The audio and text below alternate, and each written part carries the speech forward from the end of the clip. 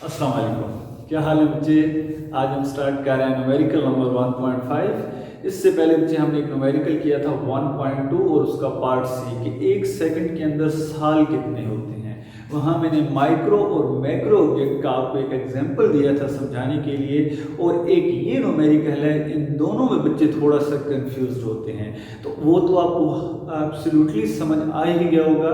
इसको भी ज़रा बच्चे आज अच्छे से देखिए। क्या है ये न्यूमेरिकल कि फाइंड द वैल्यू ऑफ जी। आपको क्या करना है, जी की वैल्यू फाइंड करना है।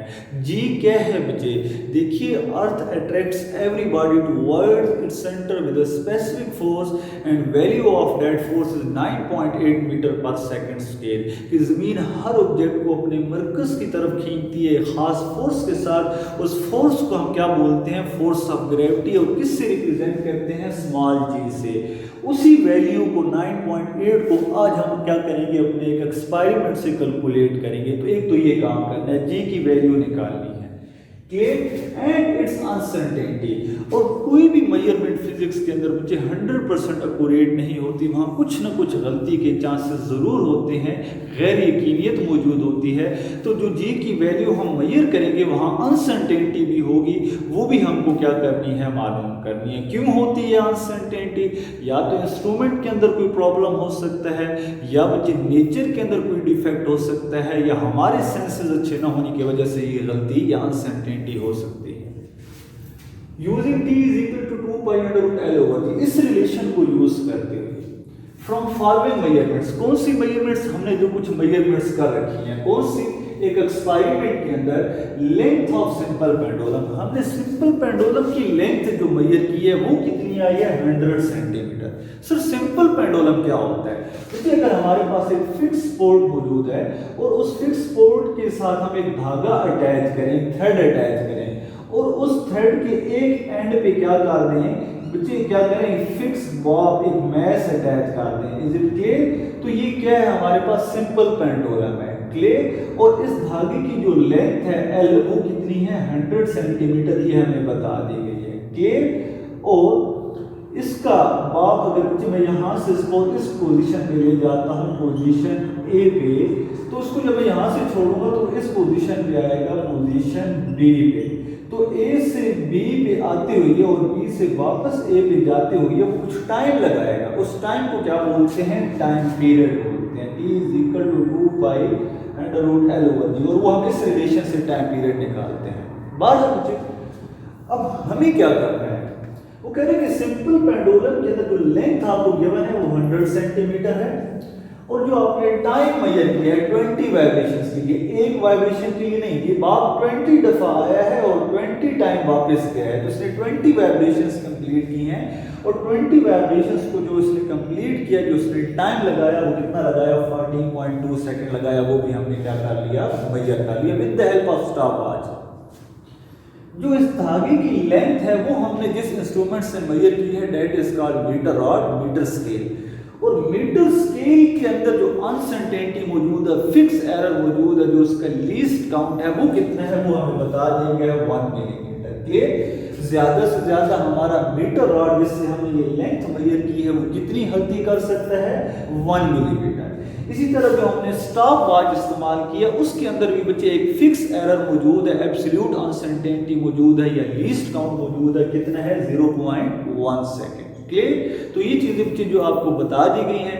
अब हम क्या करते हैं, अपने बच्चे न्यूमेरिकल की तरफ आते हैं।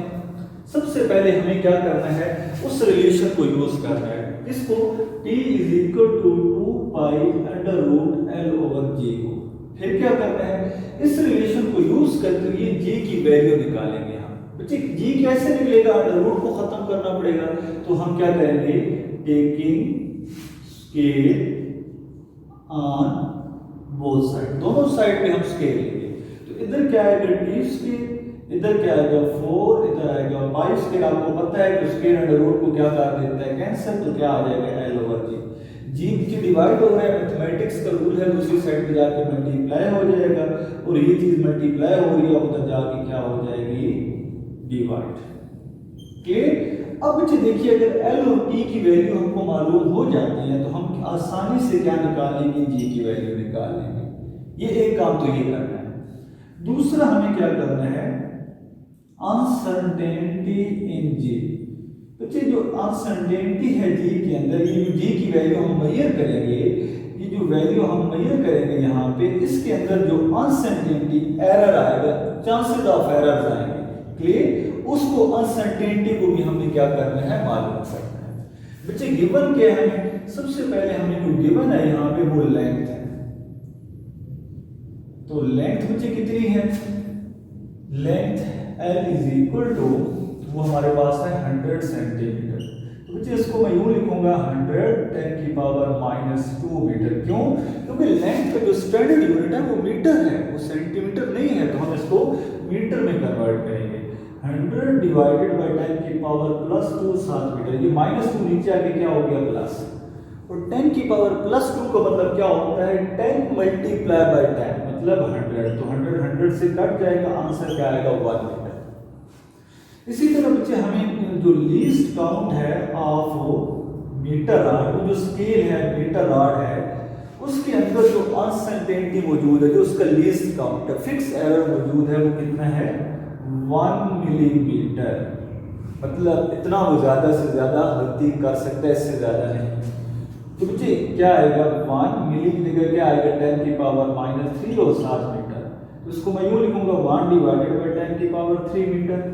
तो 10 की पावर 3 का मतलब क्या है, 10 मल्टीप्लाई बाय 10 मल्टीप्लाई बाय 10, क्या मतलब 1000। तो आंसर कितना आएगा, 0.001 metre. Time for 20 vibrations, time for 20 vibrations, 20 vibrations के लिए जो टाइम था वो था 14.2 सेकेंड। इज इट क्लियर जी?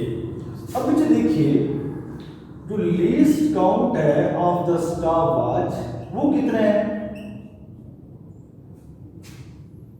वो हमें गिवन है 0.1 सेकेंड, ये भी याद। अब हमने जी की वैल्यू निकालनी है, एल हमें पता चल गया कितना है, 1 मीटर, लेकिन हमें टी नहीं पता। Time required to complete 1 vibration, ठीक, क्या बोला, टाइम रिक्वायर्ड फॉर 1 वाइब्रेशन, ये लिख लीजिए, टाइम फॉर 1 वाइब्रेशन कितना आएगा बच्चे, फार्मूला होगा कि टोटल टाइम को अब नंबर ऑफ वाइब्रेशन से क्या कर दो बच्चे, डिवाइड कर दो। तो बच्चे हमारे पास एक वाइब्रेशन का टाइम आ जाएगा, क्लियर। सो टी कितना है, 14.2 सेकेंड, इसको डिवाइड कर दो 20 से, तो आंसर कितना आएगा, 2.01 सेकेंड, ठीक। तो टाइम पीरियड कितना है, 2.01। एक वाइब्रेशन को मुकम्मल होने के लिए जो टाइम लगता है, that is called time period, clear. कैसे निकालना है, टोटल टाइम को अपने नंबर ऑफ वाइब्रेशन से डिवाइड कर देना, ये रूल है, फार्मूला है। अब बच्चे हमारे पास जी की वैल्यू बड़ी आसानी से आ सकती है, क्योंकि हमें टी भी पता चल गया है, हमें टाइम पीरियड टी भी पता चल गया है, और हमें ऑलरेडी एल की वैल्यू भी पता चल गई है। तो जी की वैल्यू क्या आएगी, जी इज इक्वल टू 4, पाई की वैल्यू 3.14 होल का स्केल, एंड 1 मीटर क्या आ जाएगी नीचे आपके पास लेंथ, और नीचे टाइम का स्केल 2.01 का स्केल। तो आंसर आ जाएगा 9.76 मीटर पर सेकंड स्केल, क्योंकि इसके साथ सेकंड भी है तो नीचे स्केल है, ऊपर मीटर मौजूद है। तो हमने जी की वैल्यू तो मालूम कर ली, आधा काम तो बच्चे हमारा हो गया। अब रहा बाकी आधा काम, तो वो भी देखते हैं जरा। अब हमने कहा था कि assessment of total uncertainty in final result के अंदर अगर दो मेजरमेंट्स मल्टीप्लाई या डिवाइड हो रही हो, तो हमने क्या करना है, परसेंटेज अनसर्टेनिटीज लेके उन दोनों की उनको ऐड कर देना है, तो हमारे पास टोटल अनसर्टेनिटी आ जाएगी। मतलब जी के अंदर अनसर्टेनिटी चाहिए और एल और टी क्या हो रहे हैं, डिवाइड। तो दो मेजरमेंट्स अगर डिवीजन में आ जाए तो हमने उन दोनों की परसेंटेज अनसर्टेनिटीज को लेके ऐड कर देना है। ऐड करेंगे वो किसकी आ जाएगी, जी की, क्योंकि 4 पाई की तो कोई अनसर्टेनिटी नहीं है, तो फिक्स नंबर है। तो एल और टी की अनसर्टेनिटी लेगी परसेंटेज, और उन दोनों को ऐड करेंगे तो वो किसकी आ जाएगी, वो जी की आ जाएगी। तो ये काम जल्दी रहेगा। तो हम निकालेंगे परसेंटेज अनसर्टेनिटी इन लेंथ के अंदर। Is it clear? बच्चे क्या फार्मूला है, फार्मूला होगा least count divided by measured value multiply by 100%। Percentage uncertainty निकालने का फार्मूला है और हम पढ़ चुके हैं पीछे चैप्टर में बहुत अच्छे से। ये क्या होती है परसेंटेज अनसर्टेनिटी, ये भी हमने पढ़ा। सो बच्चे क्या है लीस्ट काउंट है 0.001 मीटर। मेजर्ड वैल्यू कितनी है 1 metre multiply by 100%। Is it clear? Answer कितना आएगा 0.1%। तो ये बच्चे देखिए तकरीबन 75% हमारा न्यूमेरिकल हो चुका है।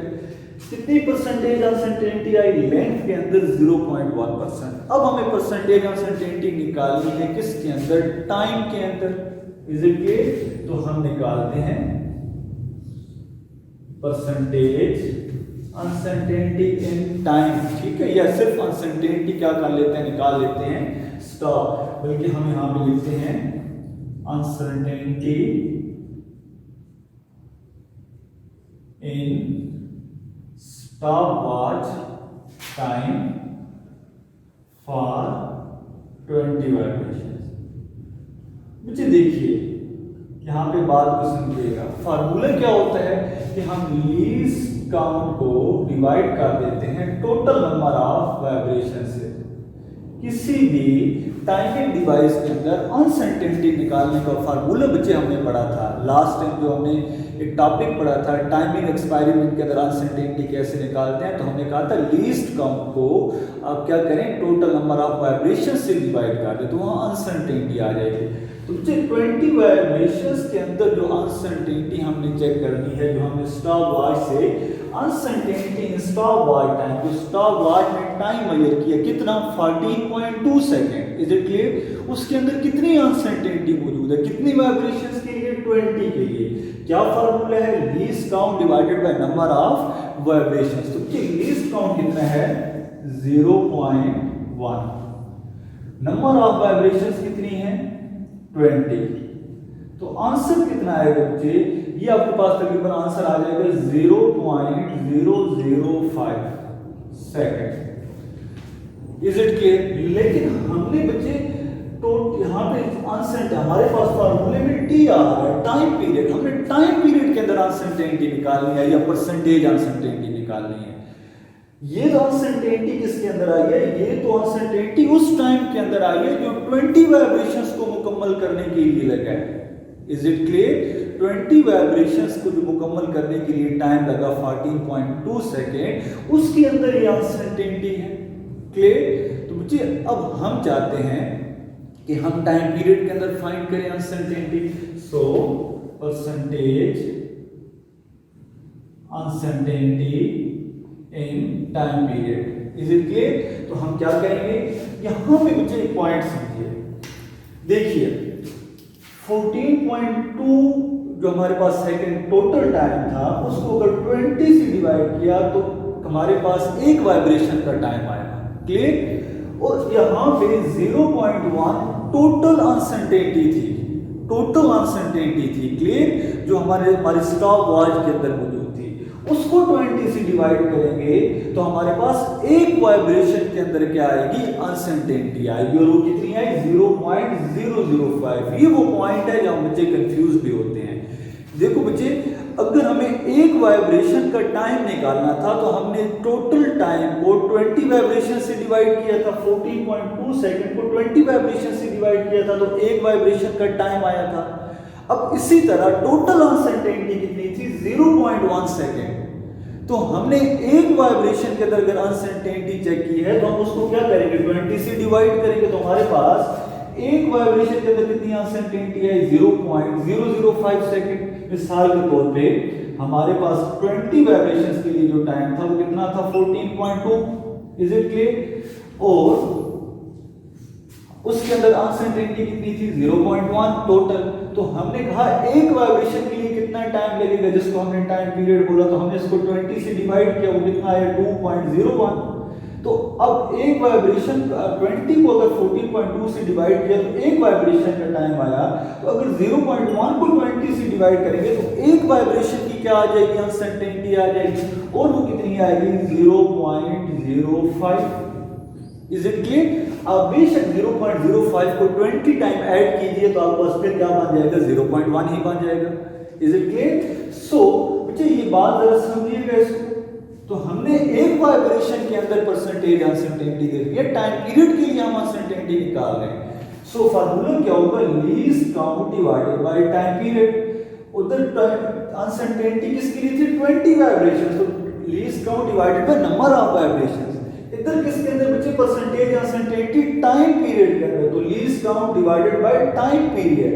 बच्चे मल्टीप्लाई क्या करेंगे, 100%, तो लीस्ट काउंट कितना है बच्चे, लीस्ट काउंट जो अभी हमने निकाला एक वाइब्रेशन के लिए वो कितना था, 0.005।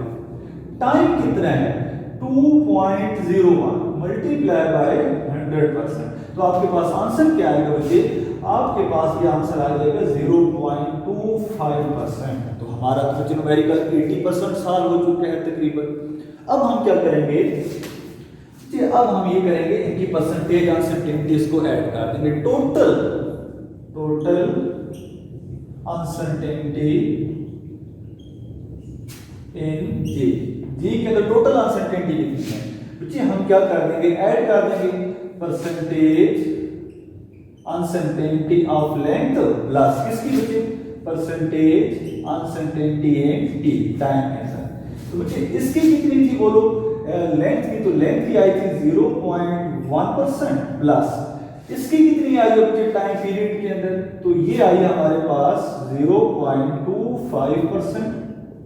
लेकिन टाइम के ऊपर बच्चे क्या आ गई है, पावर आ गई है। तो पावर हमने पढ़ा था कि अगर पावर फैक्टर अपीयर हो गया अनसर्टेनिटी निकालने के लिए, तो हम उस पावर को क्या कर लेंगे, परसेंटेज अनसर्टेनिटी से मल्टीप्लाई कर लेंगे।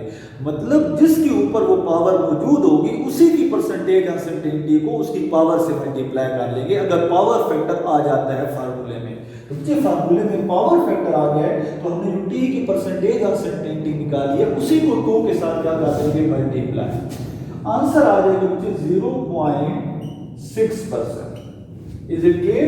आप जब इन सबको ऐड करेंगे तो आंसर कितना आ जाएगा, 0.6%।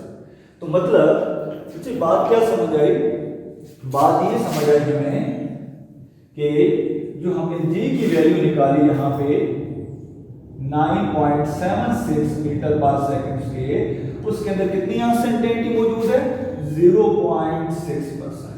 जी यहां तक डालें तो आपका न्यूमेरिकल क्या हो गया 7। अगर मजीद आगे करना चाहते हैं कि 9.76 का 0.6% बनता कितना है, कि 9.76 का 0.6% कितना होता है, तो आप यूं भी कर सकते हैं 9.76 मल्टीप्लाई 0.6 डिवाइडेड बाय क्या कर देंगे 100। तो आपका आंसर आ जाएगा 0.06। तो आप इसको यूं भी लिख सकते हैं, G is equal to 9.76 plus minus 0.06।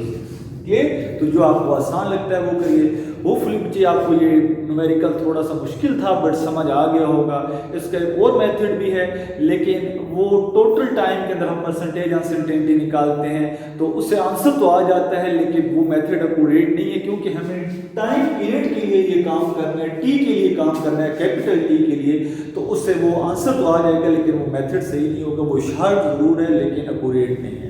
सो बच्चे इस मेथड को फॉलो कीजिए और कोई इन केस ऑफ प्रॉब्लम आप कमेंट्स में ज़रूर बताइए। इंशाल्लाह मिलते हैं नेक्स्ट लेक्चर में। अल्लाह हाफिज़।